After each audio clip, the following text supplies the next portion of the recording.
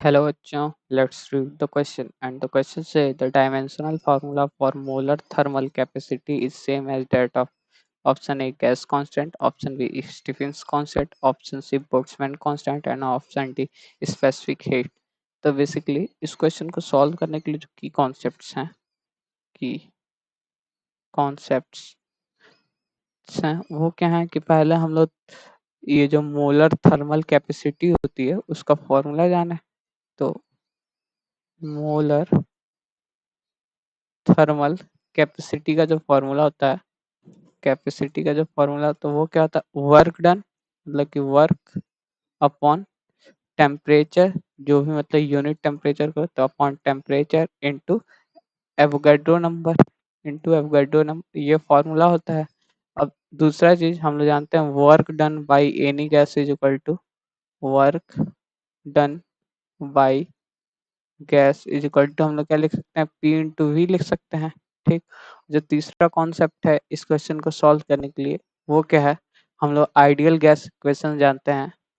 Ideal gas equation PV is equal to N R T, मतलब कि PV pressure into volume is equal to n into R, ये होता है Boltzmann constant into T temperature. ठीक। And number of moles.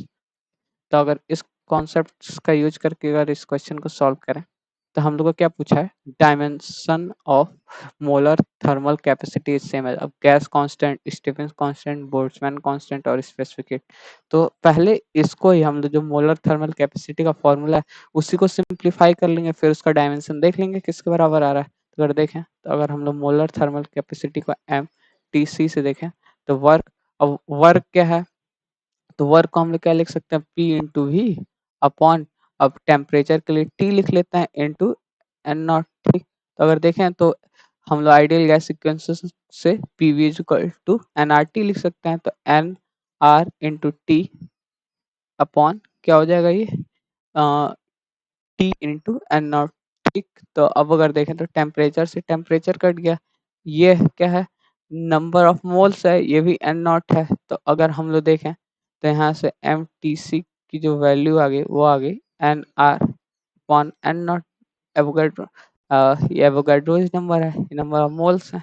तो अगर देखें तो यहाँ से अगर डायमेंशन देखें, dimension of M T C का जो डायमेंशन आ गया, मतलब मोलर थर्मल कैपेसिटी की जो डायमेंशन आ गई वो आ गई dimension of N R upon N not. तो यहाँ से देखें तो इसको सिंप्लीफाई करेंगे तो ये डायमेंशन आर नॉट के ही इक्वल आ जाएगी, मतलब कि एम टी सी का जो डायमेंशन आ गया, मतलब कि मोलर थर्मल कैपेसिटी की जो डायमेंशन आ गई वो बोल्ट्जमैन कांस्टेंट के ही इक्वल आ गई। ठीक।